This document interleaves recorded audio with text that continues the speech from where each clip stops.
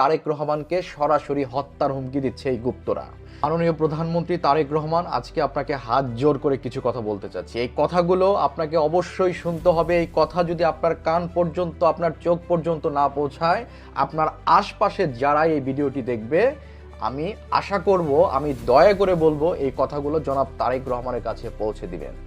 জনাব তারেক রহমানকে সমালোচনা করে, গুজব ছড়িয়ে, মিথ্যাচার করে যখন জনাব তারেক রহমানকে কোনোভাবেই দমানো যাচ্ছে না, তখন গুপ্তরা তারেক রহমানকে প্রচ্ছন্নভাবে, পরিষ্কারভাবে হত্যার হুমকি দিচ্ছে।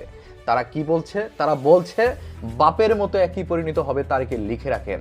কথাগুলো বলেছে ফায়াজ ইফতি। এই গুপ্তকে আগামী 24 ঘন্টার মধ্যে গ্রেপ্তার করতে হবে এবং গ্রেপ্তার করে তাকে জিজ্ঞাসাবাদ করতে হবে তিনি এই কথাগুলো কোথায় পেয়েছেন। তারেক রহমানকে সরাসরি হত্যার হুমকি দিচ্ছে এই গুপ্তরা। যখন তারেক রহমানকে কোনোভাবেই দমানো যাচ্ছে না, তারেক রহমান বাংলাদেশকে একটা অনন্য উচ্চতায় নেওয়ার তিনি যে প্ল্যান বলছিলেন, আই হ্যাভ আ প্ল্যান বলছিলেন জনাব তারেক রহমান, সেই প্ল্যান যখন একের পর এক এই সরকার বাস্তবায়নের দিকে যাচ্ছে, তখন এই গুপ্তরা পাগল হয়ে যাচ্ছে। এই গুপ্তরা জনাব তারেক রহমানকে হত্যার হুমকি দিচ্ছে প্রচ্ছন্নভাবে। তারা বলছে আওয়ামী লীগকে প্রত্যাবর্তনের মাধ্যমে নাকি জনাব তারেক রহমান তার মৃত্যুর রাস্তা পরিষ্কার করছে। আমি যদি একই প্রশ্ন করতে চাই, এই গুপ্তরা বলার চেষ্টা করছে শেখ হাসিনাকে বাংলাদেশে প্রত্যাবর্তনের মাধ্যমে ওই সময়ে শহীদ প্রেসিডেন্ট জিয়াউর রহমান তার মৃত্যুর রাস্তা পরিষ্কার করে দিয়েছিলেন। আমি যদি একই প্রশ্ন করতে চাই, শহীদ প্রেসিডেন্ট জিয়াউর রহমান শুধু শেখ হাসিনাকে বাংলাদেশে প্রত্যাবর্তন করেনি, গোলাম আজমকেও এই বাংলাদেশে আসার সুযোগ করে দিয়েছিলেন। গোলাম আজম, শেখ মুজিবর যতদিন বেঁচে ছিলেন তিনি বাংলাদেশে ঢুকতে পারেন নাই। এই শহীদ প্রেসিডেন্ট জিয়াউর রহমান গোলাম আজমকে বাংলাদেশে ফিরিয়েছিলেন। তাহলে কি আমি এই প্রশ্নটি করতে পারি না, শেখ হাসিনা যদি জিয়াউর রহমান হত্যার জন্য দায়ী হতে পারে, গোলাম আজমও কি সেই একই দায়ে, একই দোষে দোষী হতে পারে কিনা? এই প্রশ্নগুলো নতুন করে আনতে হবে সামনে।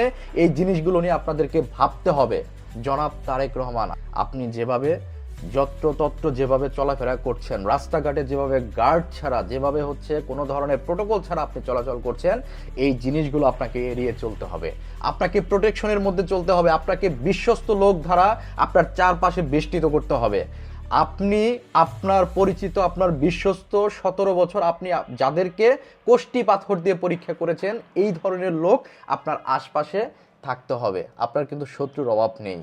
এই দেশ নিয়ে যারাই ভাববে, এই দেশ নিয়ে যারাই সুন্দর পরিকল্পনা করবে, এই দেশকে যারাই সামনের দিকে এগিয়ে নিতে চাবে, তাদেরকে দেশি বিদেশি নানা ধরনের আধিপত্যবাদ শক্তি মেরে ফেলার যে চক্রান্ত শহীদ প্রেসিডেন্ট জিয়াউর রহমানের বিরুদ্ধে করেছিল, সেই একই চক্রান্ত কিন্তু এখনো বাংলাদেশে উকি ঝুঁকি দিচ্ছে। সুতরাং জনাব তারেক রহমানকে এখনই সিদ্ধান্ত নিতে হবে। আপনি যেভাবে খুবই সাদামাটাভাবে চলাফেরা করছেন, এটি খুবই সুন্দর, জনগণের মন ছুঁয়ে যাচ্ছে, হৃদয় ছুঁয়ে যাচ্ছে, কিন্তু এটিও আপনাকে ভাবতে হবে। আপনাকে বেঁচে থাকতে হবে, এই বাংলাদেশের জন্য আপনাকে বেঁচে থাকতে হবে, এই 18 কোটি মানুষের জন্য আপনাকে বেঁচে থাকতে হবে।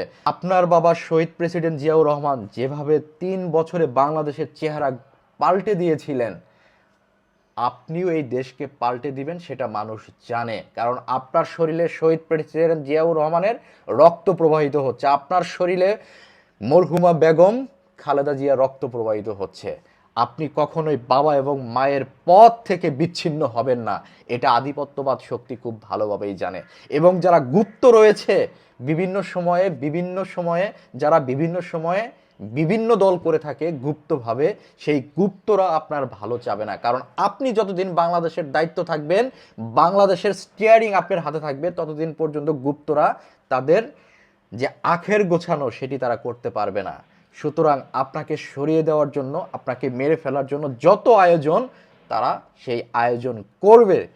আপনাকে এখনই জনাব তারেক রহমান খুবই খুবই সুচিন্তিতভাবে চিন্তাভাবনা করতে হবে। যেসব গুপ্তরা আপনার আশপাশে উকিঝুঁকি দিচ্ছে এবং অনলাইনে ব্যাপকভাবে মিথ্যাচার করছে, গুজব ছড়াচ্ছে, বিভিন্ন ন্যারেটিভ তারা সামনে নিয়ে আসছে, এদেরকে যদি আপনি আইনের মাধ্যমে সঠিকভাবে প্রতিহত করতে না পারেন, তাহলে আপনার 10টি কাজ তারা একটা গুজব, একটা মিথ্যাচার, একটা ন্যারেটিভের মাধ্যমে বানচাল করে দিবে।